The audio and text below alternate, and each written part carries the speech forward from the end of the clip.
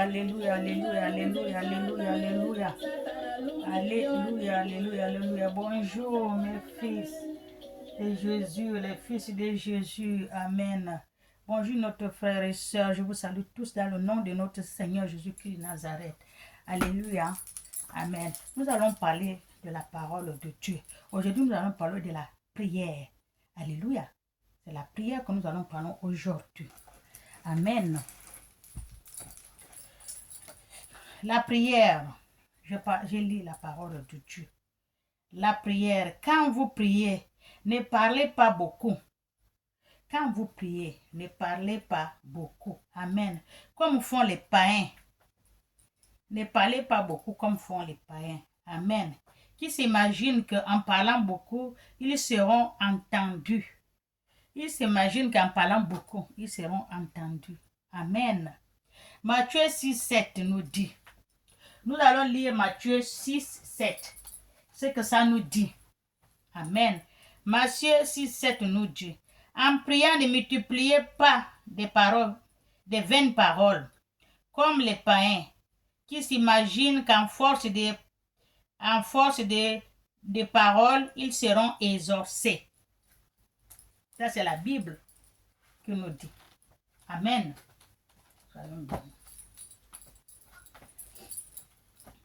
L'attitude adoptée dans la prière en mettant l'accent sur la qualité plutôt que la quantité. Parce qu'on ne multiplie pas des heures et des heures, ça ne veut rien dire. En deux mots, Dieu a déjà tout compris parce que c'est lui qui t'a créé à son image. Il connaît ce que tu penses dans ton cœur. Avant que tu sors à la bouche, il connaît déjà. Amen. Donc, ce n'est pas la peine de multiplier les paroles. Alléluia. Et sur la sainteté, plutôt que sur la parole, creuse. Tu viens vers ton Dieu avec la prière, oui, mais la prière avec la sainteté. Amen. Tu t'approches de ton Dieu avec la prière, la sainteté, plutôt que les paroles creuses. Parler, des heures et des heures, non. La sainteté, quand tu approches avec la sainteté pour parler à ton Dieu, il connaît déjà tout. Parce que c'est lui qui t'a créé à son image. Il connaît ce que tu penses. Jésus nous met en garde contre la pratique consciente en répétant des mots vides ou des longues phrases. Ça ne veut rien dire.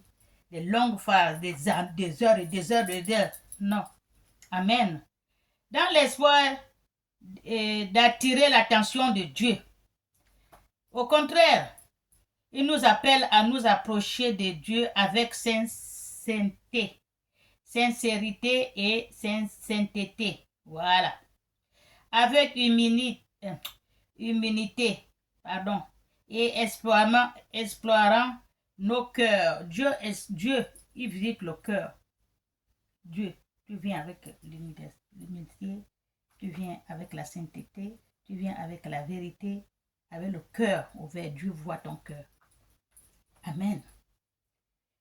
Dans la manière authentique et sincère Dieu, attache plus d'importance à la sainteté de notre prière que au nombre des mots.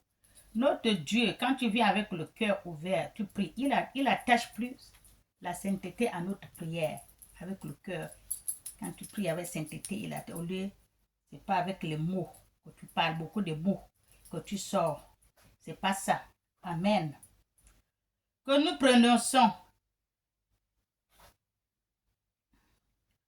Les païens, la prière sans fin. Les païens, les mots que nous prononçons, beaucoup de mots, comme des païens, la prière sans fin. Amen. Les chrétiens doivent comprendre que la prière est un acte de relation intime avec Dieu, qui nous connaît. Les chrétiens doivent savoir quand ils prient, c'est une relation avec Dieu. Amen. Et Dieu nous connaît. Ce n'est pas la sainteté des mots. Ce n'est pas en train de sortir les mots, parler, qui compte dans la vie de Dieu. Non, dans notre vie, pardon. Parce que c'est pas en fait de sortir les mots qui ne sont pas, je sais pas, oui, vous priez sincèrement, oui, mais vous multipliez les mots, les heures et des heures et des heures. C'est pas ça qui va faire que Dieu écoute ce que vous dites. Amen. Avec 2 mots, vous l'approchez avec la sainteté, le cœur ouvert. Dieu connaît déjà. Amen. Soyez bénis.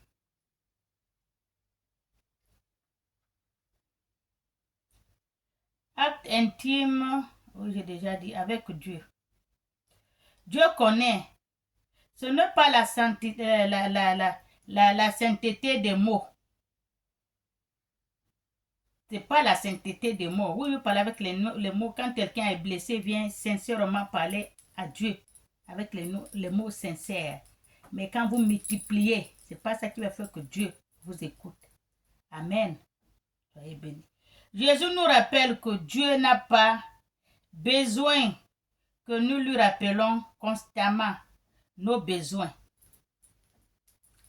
Il connaît déjà nos cœurs et nos besoins. Amen. Avant même que nous demandons. C'est pourquoi, au lieu de parler beaucoup, nous devons prendre le temps d'écouter Dieu en silence, à lui permettre de parler dans notre cœur et de nous guider dans notre prière. En abrégeant nos prières, nous devons mettre nos confiances dans Dieu. En abrégeant notre prière. Voilà, abréger. Long, là. Ça n'a pas de sens. La sévérité de Dieu. La sévérité de Dieu est dans sa capacité à répondre à nos demandes selon sa volonté et sa sagesse. Amen. Selon son autorité. Et nous soumettre à son plan parfait pour notre vie. Matthieu 6, 9, 13. Nous allons écouter ce que Matthieu 6, 9, 13 nous dit. Matthieu 6, 9, 13. Je lis la parole de Dieu. Voici donc comment vous devez prier. Notre Père qui est aux cieux, que ton nom soit sanctifié, que ton règne vienne, que ta volonté soit faite sur la terre comme au ciel. Donne-nous aujourd'hui notre pain quotidien. Pardonne-nous nos offenses comme nous pardonnons aussi, comme nous pardonnons nos offrandes, comme nous pardonnons aussi à ceux qui nous ont offensés. Et ne nous induis pas à la tentation, mais délivre-nous du mal. Amen. Ça, c'est la prière que Jésus a donnée. Ça seulement, ça suffit. Dieu connaît déjà votre cœur. Il connaît ce qu'il va faire. Il connaît ce que vous êtes venu pour lui demander. Il connaît vos besoins. Amen.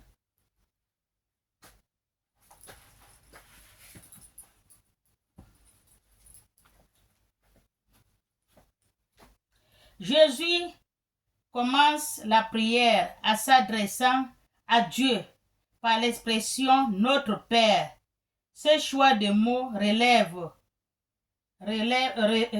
révèle la relation intime que les chrétiens croyant en Dieu. Il nous enseigne que la prière n'est pas un simple acte religieux, mais une conversation personnelle avec le Père céleste, qui nous aime et prend soin de nous. Amen. La première demande de la prière est que son nom soit sanctifié.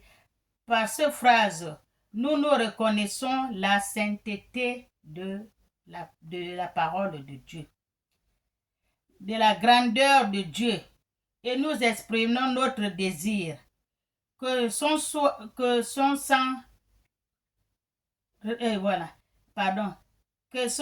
révélé et dans le monde, que son nom soit révélé dans le monde entier, Ce demande nous amène à vivre une vie qui reflète la sainteté et la gloire de Dieu. Demande suivante, que ton règne vienne. En priant de la même sorte, nous voyons les royaumes de Dieu s'établir pleinement sur la terre, où sa volonté soit pleinement accomplie dans le monde. En recherchant sa justice dans tous les domaines de notre vie. Amen. C'est ce que Dieu a dit. Amen. Soyez bénis. Au nom du Père et du Fils et du Saint-Esprit. Amen. Ne multipliez pas les paroles en priant. Ne multipliez pas les paroles en priant. Abrégez vos paroles. Abrégez vos demandes. D'abord, même avant que vous demandez, Dieu connaît déjà ce que vous allez lui demander. Amen. Dieu connaît déjà parce qu'il connaît votre cœur. Il connaît pourquoi vous allez vous mettre à prier là, ce que vous voulez, il connaît déjà. Alléluia. Il faut abréger votre prière. Abréger votre demande. Amen. Ne faites pas comme les païens qui font les longues prières en croyant que Dieu va les exaucer parce qu'ils ont prononcé les longues prières. Beaucoup de mots. Amen. Abrégez-en les mots. Amen. Dieu, je suis devant toi. Au nom du Père, du Fils et du Saint-Esprit. Amen. C'est ce que Jésus nous a appris. C'est dans la Bible. Lui-même, Jésus, quand il prie son Père, il commence par au nom du Père et du Fils et du Saint-Esprit. Amen. Après, tu commences ta demande. Ce n'est pas la peine de prononcer des paroles. C'est seulement si tu pries comme ça, il connaît déjà. Avant que tu sortes ce que tu veux dans ta bouche, Dieu connaît déjà ce qui t'a amené devant lui. Amen. Apprenez à abréger votre prière. Abrégez-en votre prière. Amen. Soyez bénis. Au nom du Père et du Fils et du Saint-Esprit. Amen. Je vous aime. Notre Dieu aussi vous aime.